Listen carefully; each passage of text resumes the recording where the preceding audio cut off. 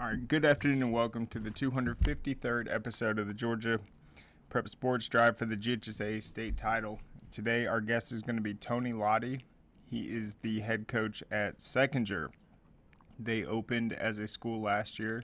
They had their first ever season. They only played 7 games. Obviously, it was tough for them not having the upperclassmen. They are a feeder school, or not a feeder school. They're taking students from, I believe, Mountain View and Mill Creek, and they had about 1,600 kids. So that put them in Class 4A. They're going to be in 4A again this season. They have been able to add games. They'll play their first ever 10-game schedule. And then after the season, when the reclassification happens, the population of the school will be much larger. By then, they'll probably be up in 5A or 6A. But I'm excited to talk to Coach Lotti. He's been doing it a long time. He comes over from Appalachia, was his most recent stop, and he actually has been a part of 2 other programs that were brand new. So Seckinger is not necessarily brand new. It's the second year, but it is still really fresh. And then we also have some news. The ABL event that we've been promoting the last few weeks, it looks like it has been called off. So I thought it was a great concept, a good idea, but it looks like they're going to have to try again next year. So that's unfortunate. The event is not happening tomorrow at West Forsyth. I enjoyed talking to all of them. I thought it would have been very interesting, but hopefully next year they can gonna get a head start on it and make sure it happens. So one thing that is for sure going to happen, though, it's going to be this Wednesday, and that is our, hold up one sec. That is our media day. I'm going to go over the school list real quick because we now have the times and assignments. So starting things off at 10 a.m., that's going to be Cass, Collins Hill, Hiram, Marist, Mountain View, Pebblebrook, and Seckinger, who we will be learning about today. Then looks like all those schools will share about a 45-minute slot. And then the next batch will come. That's going to be Banneker, Buford, Hillgrove, Lumpkin County, North Forsyth, North Gwinnett, North Paulding, and Trinity Christian. Dylan Rayola is attending. That's the Buford quarterback. And we've talked to some coaches about how many players they're going to be bringing. I think it's going to vary between the schools. Yesterday, Najee had Todd Wofford on, the Meadow Creek coach. He said he's going to bring about 5 guys. And then other schools, I assume, they might bring all their seniors, maybe 20 guys. So it's going to vary, but I think that's going to be kind of a cool aspect of it, just having a selective process to who you're going to bring and who we're going to get to talk to. So after the 10:45 teams, it's going to be the 11:30 slot. That's Carver, Atlanta, Discovery, Lanier, Mays, McEachern, Milton, River Ridge, and Roswell. That is another great batch of teams right there. I think having Milton and Roswell together will be fun. That's been one of the most exciting rivalries in the state, and I think Milton got the best of Roswell last year, but it was a really close game. Let me go back and refresh my memory.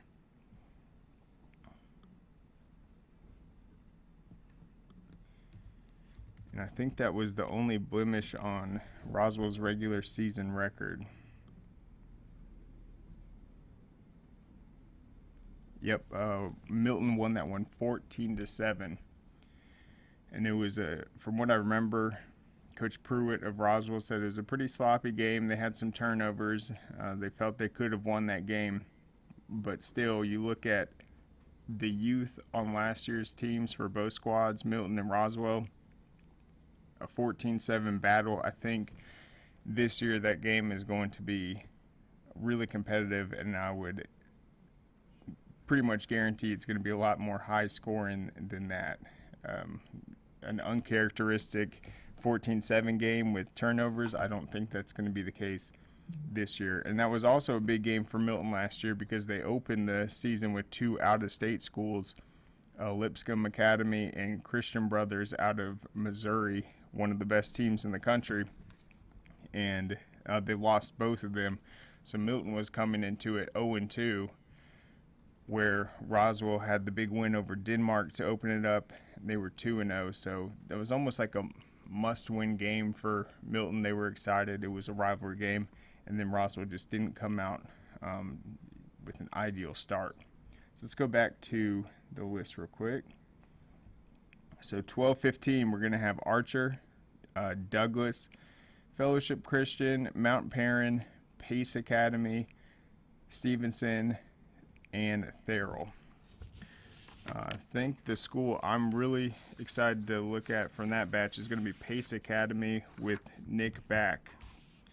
They're coming off an 8-3 record last season. They were 5-2 in the region, and trying to think, and ended up falling, I believe, in the first round to either Cedartown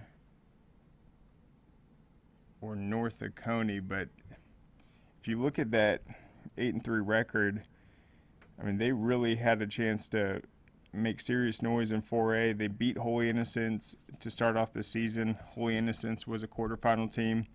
They beat Westminster, and then their region is pretty impressive. I think the big game for Pace Academy this year is going to be their second to last one, and it's going to be at Stockbridge, who has been extremely talented.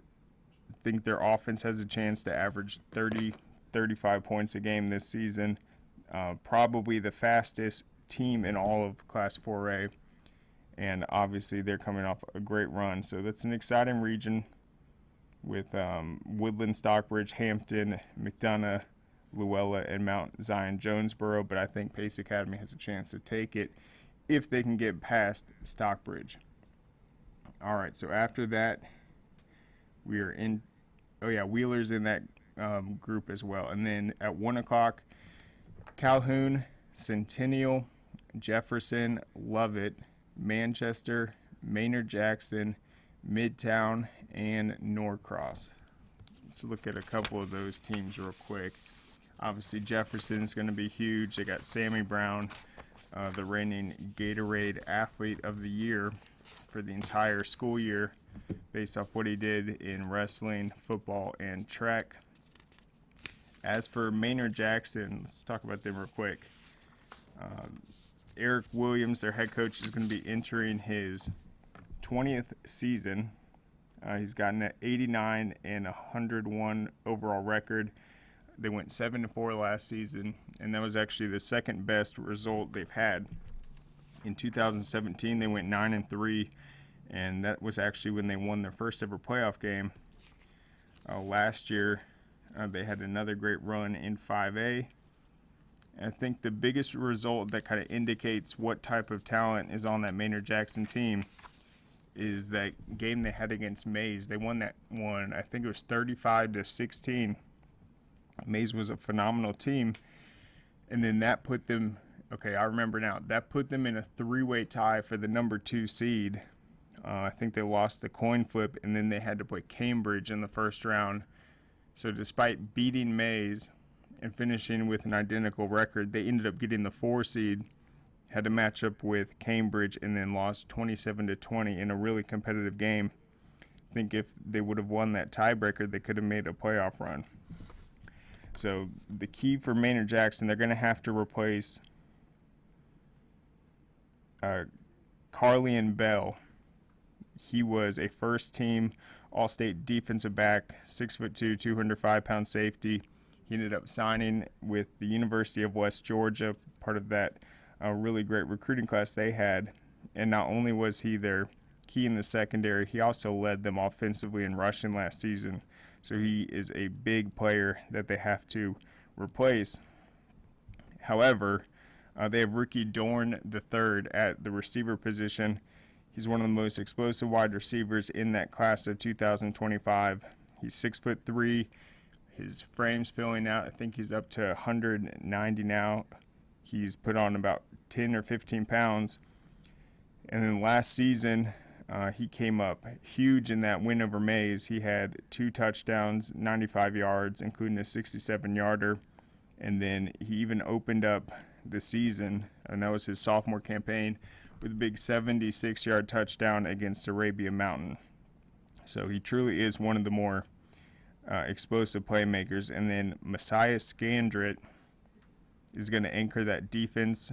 He's been playing Mike linebacker, outside linebacker. I think he's going to move to the Mike linebacker position this year.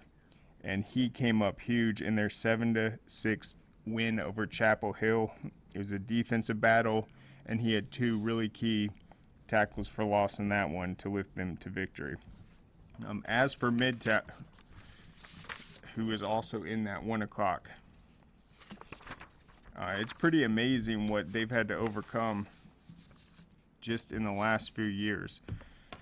So in 2020, all the teams were hit by COVID.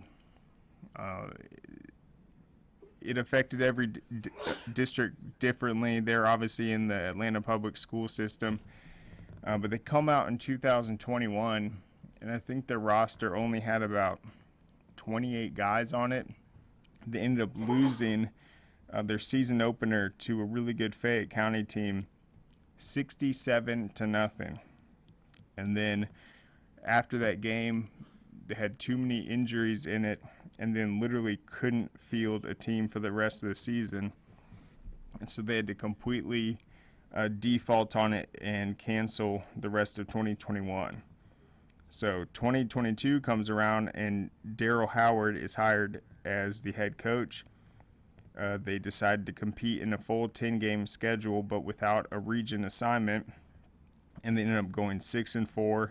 They got their roster numbers up, and then this upcoming season will be their last year without a region before they get back to having a region home. I think they're going to have another winning season, though. You look at the roster, they do have a pretty talented senior class that has been part of that rebound season last year, the 6-4 effort. And they also have a lot of 2026, 2025 prospects. They got rising sophomore Travian TJ Jones. He's 5'7". He can play running back, receiver, and cornerback. And then Sidney Rogers is a player that is getting some attention. I think he picked up a UConn offer. He had a great 2022 season at receiver and defensive back. He runs a legit 4.3. He's a track guy. We saw Midtown have a great spring in track.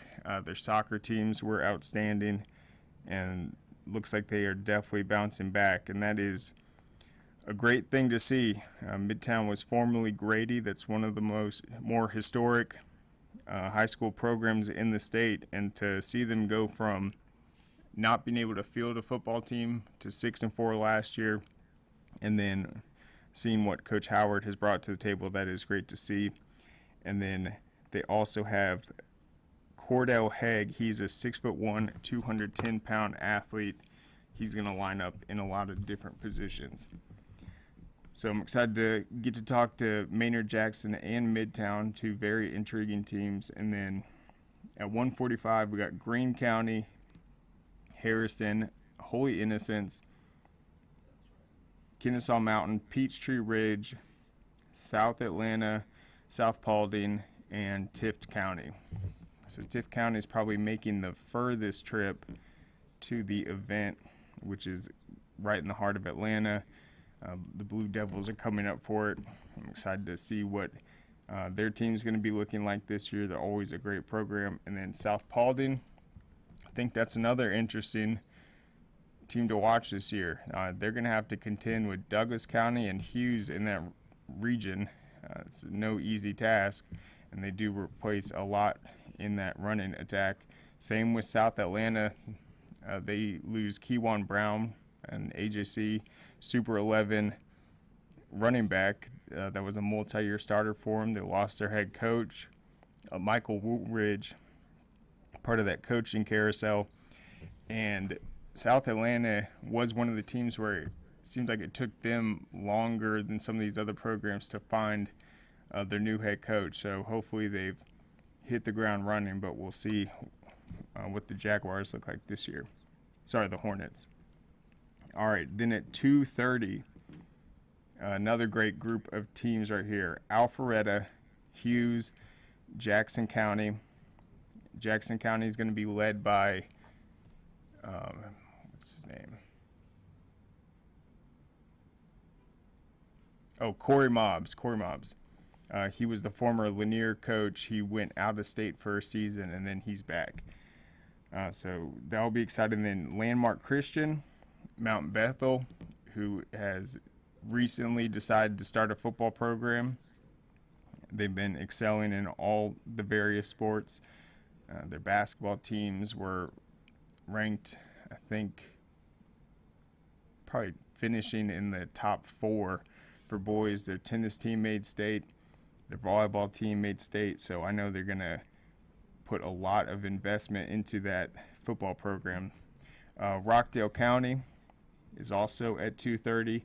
Sonoraville, and then Walton. So a great group right there.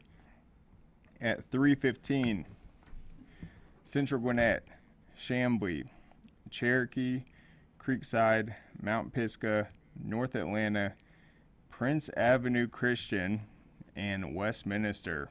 That will be another great group to get insight on. Prince Avenue Christian, what's their offense going to look like? They got Aaron Philo, one of the more prolific passers in the state, heading into his senior season after leading them to the state title last year.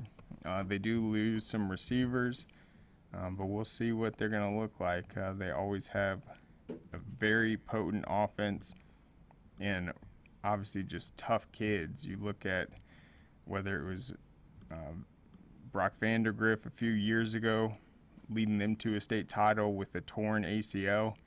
Bailey Stockton last year, leading them to a state title with a broken collarbone.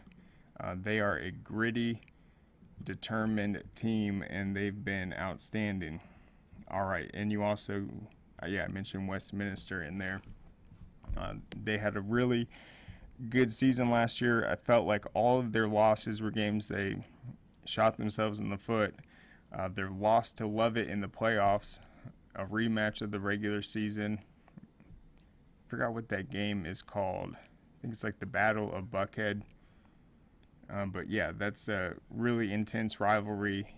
And Westminster was marching down the field. It looked like they had a chance to win the game. And when they were trying to spike the football down at like the Lovett 20, the center kind of dropped the ball on the ground, and the Lovett defensive lineman just from his stance just reached down, picked it up, caused the turnover, game over. So it was a brutal way to end that. So I wanted to just see what the general sense is from Westminster after just a really tough loss like that. You know, that left a bad taste in their mouth. All right, so then at 4 o'clock, we're going to have Creekview, Georgia Military, Heard County, Kell, Sandy Creek, Tucker, Woodward Academy, Dunwoody, Woodward, Dunwoody, McNair, Woodstock, and Meadow Creek to close things out. So there's a really solid list of teams right there. I know there's some other media day events, but this one's going to be unique because we're going to have all hands on deck. And it's going to run sort of like SEC Media Day. We're going to broadcast the entire thing. We'll have live links, social media, of course, tweeting out interviews, photos, pictures, and then we're just going to gain great insight, just marking down what players each teams are bringing, and then getting a sense of where the programs stand after a busy offseason already in the acclimation period as they're getting ready to head into padded practice with less than a month before the season. So let's go ahead and take a quick break and thank our sponsor, NFHS.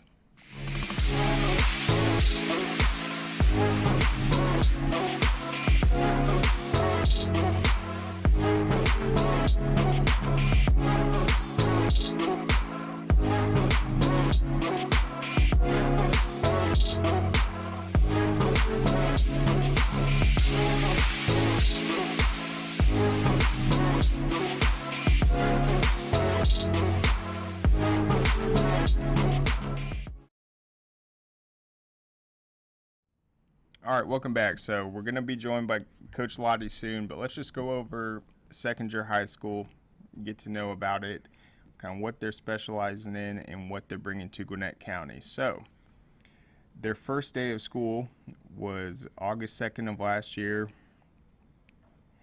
It looks like they had about 1,400 students, but let's just look at what the principal said before this season. The principal is Memory Reisman.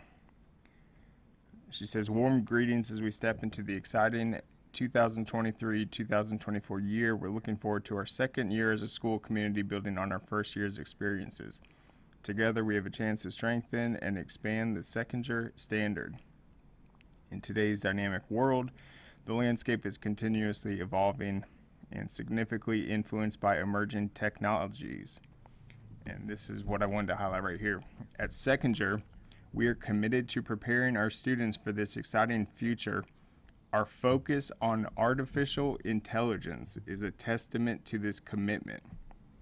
They literally have AI training programs here at the school. So recognizing the transformative role of AI in various industries, we offer all students the opportunity to delve into AI at depth that matches their curiosity and interest. Whether it's a mild fascination or a potential career path, our school provides a nurturing environment where students can confidently navigate AI and emerge as capable leaders ready to shape the future. Fostering relationships is a key part to our ethos. The traditions you as the classes of 2024, 2025, 26, and 27 build during your time here will leave a legacy on our community. I'm thrilled to see what the year brings. So I thought that was interesting. I mean, that's pretty much in their mission statement, is that what makes Seckinger, or that Seckinger standard, different. Well, they're looking into the future and they have pretty much integrated artificial intelligence as a major focus. So even on the school's home landing page, it says, why the focus on artificial intelligence? It says, today's students are graduating into an ever-changing work landscape that harnesses emerging technologies. Seckinger and the focus on AI ensures that students are prepared for what's ahead. Seckinger offers all students an opportunity to explore AI at levels to suit their level of interest. You can't get too good at AI, though, or you're going to be creating the thing that's going to replace your job. But obviously, it's just an interesting aspect. So where's the school located? It is in Buford at Sardis Church Road. Let's see. They begin offering all their athletic programs year one.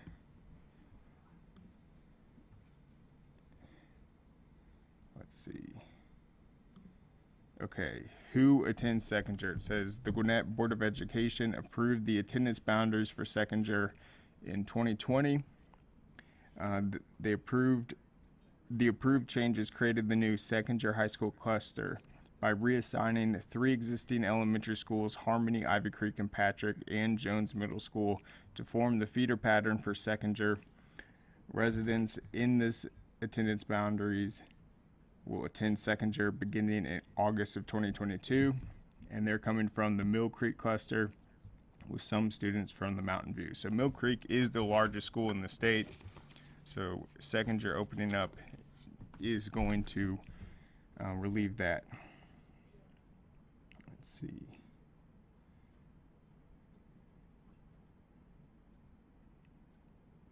How will I know if I live in the Seckinger High School attendance zone?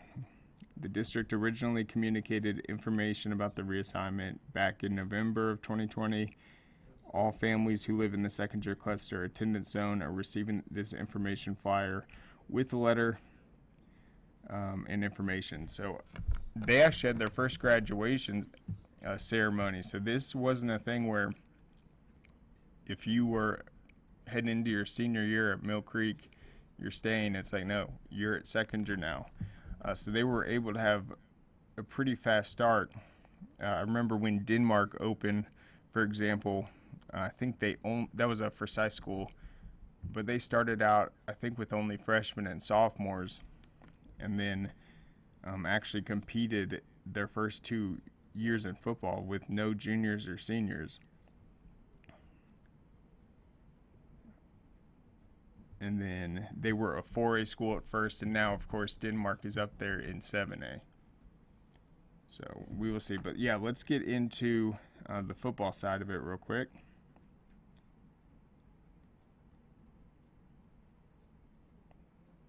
All right, I had this up. So last season they ended up going 0-7. They are housed in Region 8 in Class 4A, but they're not competing in a region schedule. Same deal as Johnson Gainesville.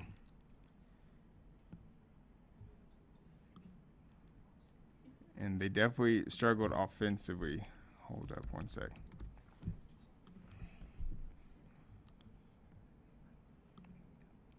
So Aaron Hill was the coach last year. All right, so they opened with Peachtree Ridge.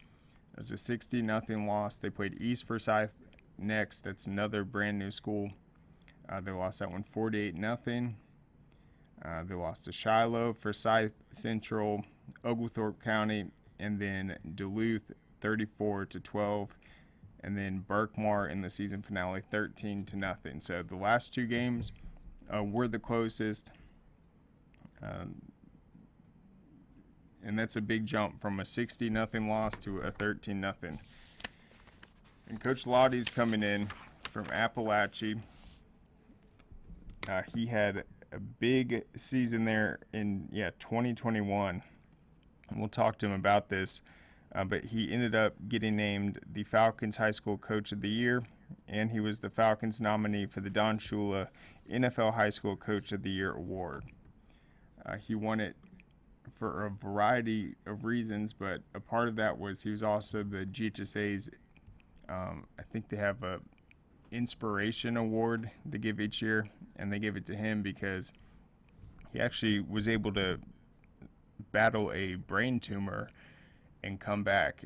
He was in the hospital for an extended period of time. He went through all the treatment, and then because of the surgery and what they had to do, he had to completely avoid contact with his head. And he actually said he pulled a page out of Happy Gilmore. He wore a hockey helmet on the sideline. All the nurses and doctors that helped him during his recovery signed it, and then that was kind of the inspiring story that led him to receive the award from the Falcons. And so a lot of coaches will say things like, well, coaching is a calling and kind of God brought me to this new program. But I mean, he really has had a unique journey and experience where his future, his coaching career was really up in the air. He had to focus on surviving and battling the brain tumor. And then he comes back to Appalachia last season. The Seckinger job opens up, and then he takes that. So he's getting ready to make his debut there, and that'll be an exciting new endeavor for sure. So let's read this from the Falcons. It says Tony Lotti of Appalachia High School, obviously now at Seckinger, has been named the Atlanta Falcons 2022 High School Coach of the Year. The award is given to the high school head coach that represents integrity, leadership, perseverance, dedication to the community, commitment to player protection and on-the-field success. Following the 2021 season, in which Lotti led Appalachia to its first postseason appearance in 12 years and was named the Region 8 5A Coach of the Year, he began to experience severe headaches and fatigue. Near the start of spring practice in 2022, the symptoms continued, and an MRI revealed that Lotti had multiple brain tumors. He was taken to the University of North Carolina Medical Center to undergo surgery. Following his operation, Lotti was taken to the intensive care unit after being diagnosed with acute hypernatremia, which results in rapidly declining sodium levels and can lead to brain swelling. With the support of his family, team, and community, Lotti's levels gradually stabilized and the recovery process began. He returned to the field, and the rest is history. So it looks like we have Coach Lotti ready to roll right now. Welcome on, Coach. Hey, how are you doing, Craig? Doing great. So I'm glad we finally got you on. I know I had to cancel a couple shows, so I really appreciate it. I was getting into the story on the Falcons, you winning Coach of the Year. Talk a little bit about that, though. I mean, what that was like to kind of deal with the adversity, the outpouring of support from all the other coaches, and just how you were able to just get back on the sideline and continue doing what you love.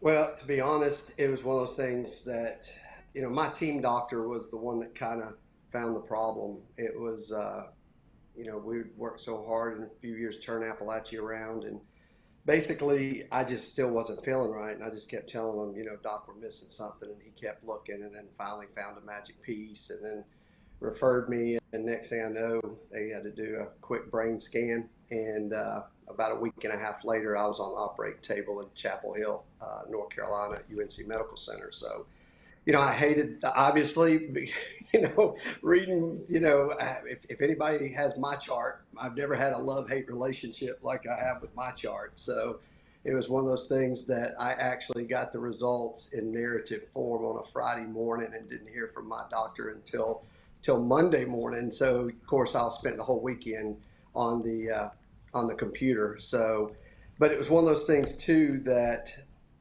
you get news like that. What I hated was I wasn't going to be around my team for all of spring practice and all of summer preparations and all that. And I hated that part, obviously.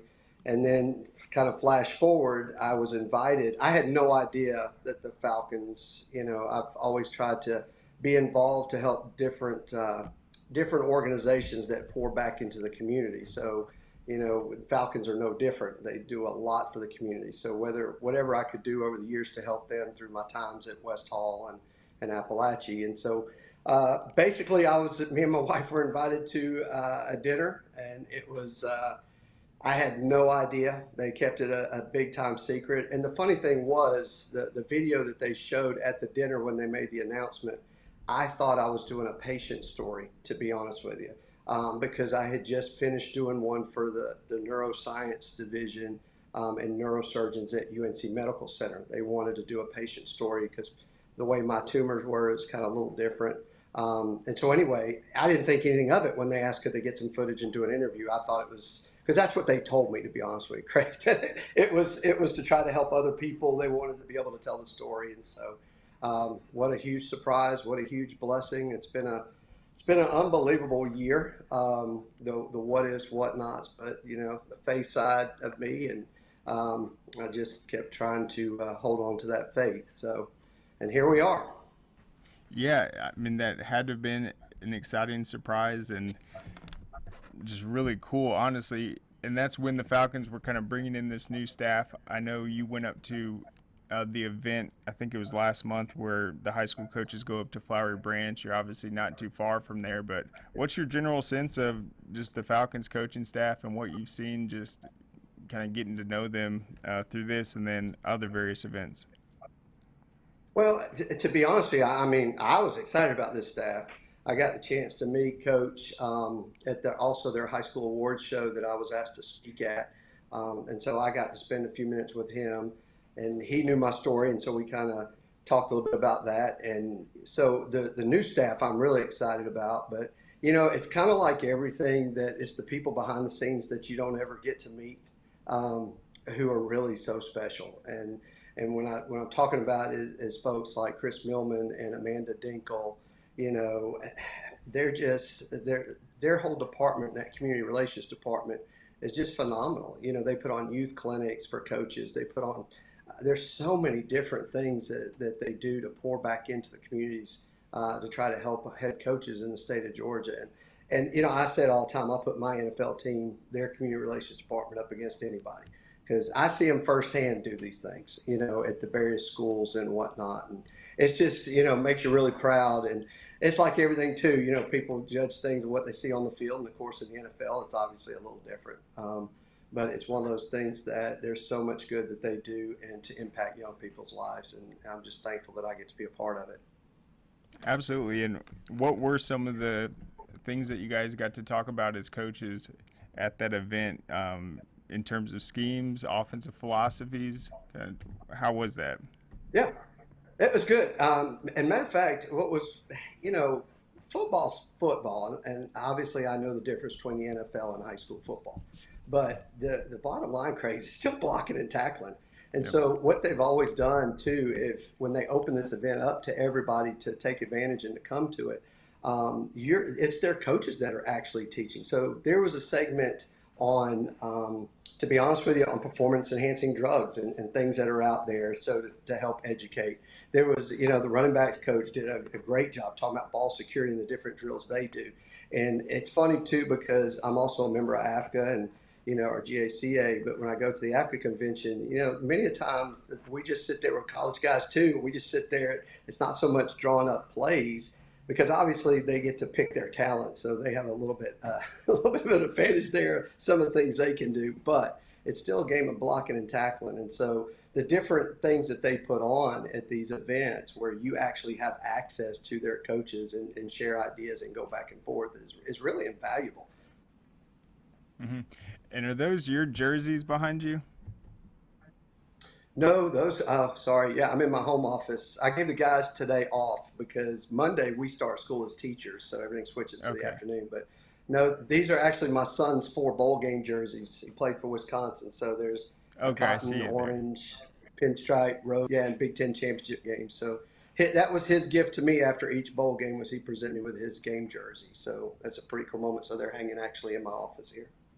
That's awesome. And then obviously you played as well. I think I read somewhere that you were punting for the Patriots in 1990. Yes, well, I was brought into training camp, and so Mm. unfortunately, when you're a specialist, sometimes you're always the bridesmaid, never the bride kind of philosophy there. I was signed to backup squads and things like that, so I never gained a full contract. But I was brought in by the Patriots in '90 into training camp, and the old saying, it was good while it lasted, and that NFL not for long. That's how it worked out for me. So I had to get a real job. Yeah, but that's still exciting, getting to go to training camp. And it's funny. I mean, no one enjoys training camp, but it's such a important time of the year, obviously. So, I mean, how has the off season been for you? Just getting to know these guys, coming off kind of that debut run, entering your first 10-game season this year. Kind of, what are the goals? What are you seeing from your team? Well, the whole focus, of course, to start out was me getting to know the guys, building relationships with the guys, and hiring a staff. And I've been able to put together a really good staff. That's one of the things that's obviously important, but it's because we all share the same why. So as we're building relationships with our young people, not just the ones that are choosing to play football, but all of them they'll be in our building, in our community, at our feeder schools. So spent a lot of time Jones Middle School, trying to get involved there in our elementary schools. But it's been really good. The kids have been very open and receptive to it. But the first thing I do when I get there is I spend about 20 minutes with each one. Every kid that's thinking about they want to play football, I just want them to have that opportunity to get to know me a little bit, for me to get to know them. And, because sometimes everything gets a little crazy. And so I want to know their story. I want to know what their likes and dislikes are and just start to build that relationship. So they've been working really hard. We have, it's one of those things for them. The thing that I tell them is this is a process. I've been a part of doing two new schools before in Union Grove when it opened in 2000 and Woodland in 2007. And this is a process, and what I tell them is every day, everything we do, we're benchmarking and we want to take a step forward. So it doesn't have to be a huge step forward, but what we don't want is any steps backwards. And I'm very vocal about, look, we're throwing out the rearview mirror. What's in the past is in the past, and all that matters is where we go from here. And so just been really pleased with the kids' effort and attitude, and they're embracing everything that we're putting into place. Absolutely. And then, this first year, I was seeing the various sports were having a lot of success. So it looks like you guys got a lot of great coaches and athletics in place already. Talk a little bit about the school itself and the facilities and just how it stacks up to some of your previous spots. Well, the facility itself is beautiful. Of course, it's brand new, but it's 4 stories. It's the only AI school in the country that offers an AI curriculum. Now, I'm not going to sit here and pretend to tell you I know what all that means yet. I'm learning. I popped in on the mechatronics class and things like that. But as far as the school building and the gymnasium and the Ox Gym, it's gorgeous. And down in the field house, this is the first time I've ever had, a team meeting room, a weight room in the field house, some things that we need to be able to build and move forward as far as our football program goes and how it relates to the school culture, which I'm a big believer in. It should drive the school culture. And that's what the expectation I've outlined for all our guys is for them to understand how that works, and from academics all the way through, obviously, behavior.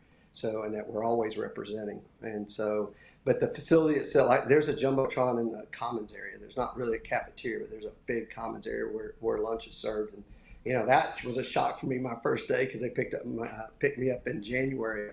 So it was one of those things. I walk in there and there's this huge jumbotron in there. But there's the other thing that I think is really unique for us, and maybe somebody out there can correct me, but I've never seen this before, is we have what's called lecture halls separate from the auditorium. And what that is on the second, third, and fourth floor stacked above each other, there are lecture halls. And basically you interact with all 3 of those levels. So I could be presenting material to people on the second, and people who are also in attendance on the third and fourth floor in that room can interact with me on that second floor. Those lecture halls, that's college type stuff. It's really beautiful how everything's outlined there. Nice. I'm going to have to look into it. And then, so you said you got there in January. What was the spring like, and what was your kind of decision on whether to hold a scrimmage in the spring or before the season? Well, and to be honest with you, that's always my decision. I'm always going to do spring practice. To me, it's just so important because I'm the one that promotes the multi-sport, and the only way you can do that is you got to back it up with what you do. So I want all my guys playing other sports, wrestling, basketball in the winter, track and baseball in the spring. I want to do what they want to do. So it's very important for me to always have.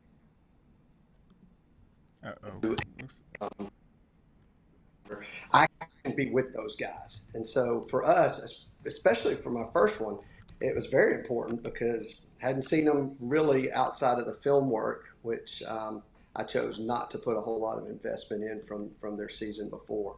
Like I said, we're throwing out the rearview mirror. Everything was one step forward. Yeah, and you said you didn't want to focus too much on the film last year.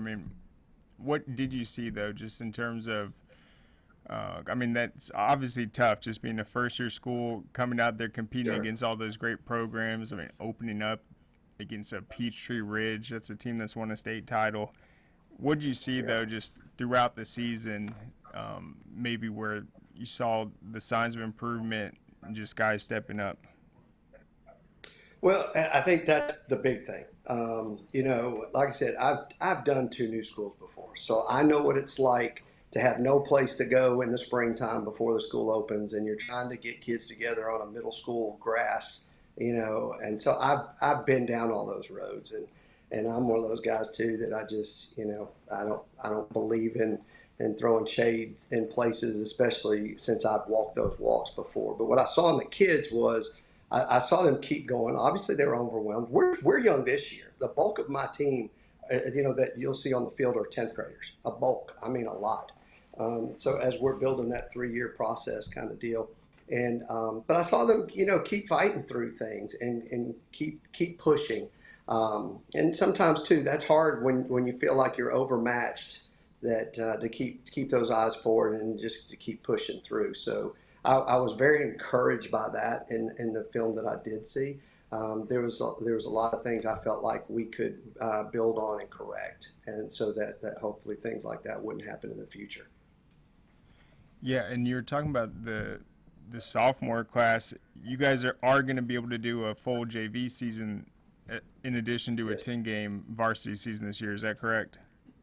That's correct. I was able to add a few games, so I was able to we were able to get a full 10-game schedule for Friday nights, and then a full 7 for the JV. So it's one of those things that now, obviously, my JV team this year is going to be made up of primarily freshmen. There's going to be a lot of that, but it's one of those things too that in the growth process, and then we'll work towards down the road, also adding a freshman team. But for now, I want everybody coached by everybody that's on staff, and so that way we make sure that we're building the culture that I want to see sustained throughout the years.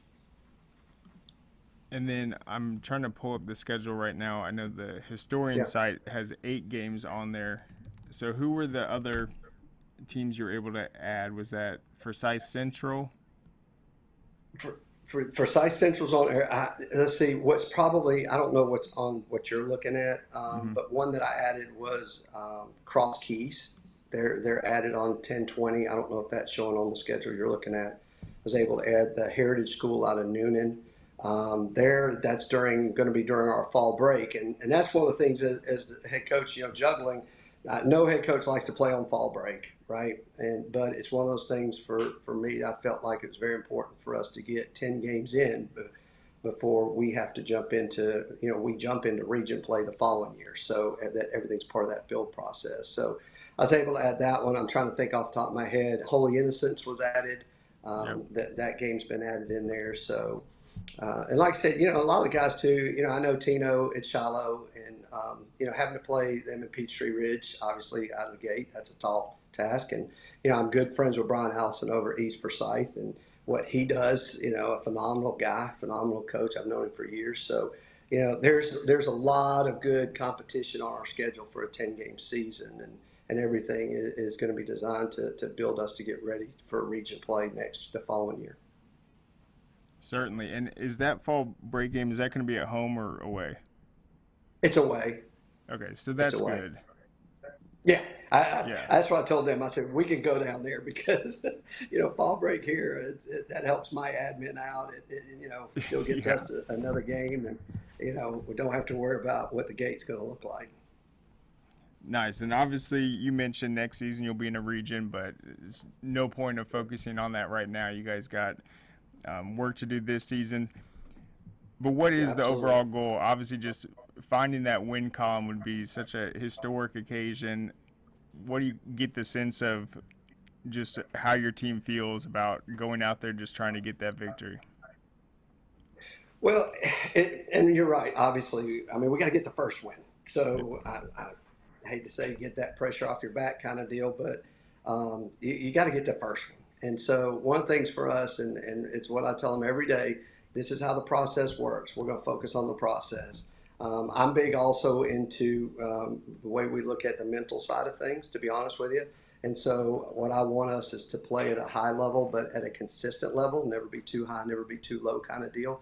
But to focus on each play in every part of the process, and the rest is going to take care of itself. I just believe in that. It's kind of like what I use and what I've always believed in is the tree concept. Basically, you don't go out there and polish the fruit while it's on the tree. That comes as a result of the roots and the tree itself. And and making sure you're tending to the roots of the tree. And basically, when you do those things, and it'll produce good fruit. So that's where all our focus from the youth football camps that started our youth athletic association. So we will actually have a Seckinger athletic association, and we do have a Seckinger youth football. A couple of teams that will be playing in the GFL this season.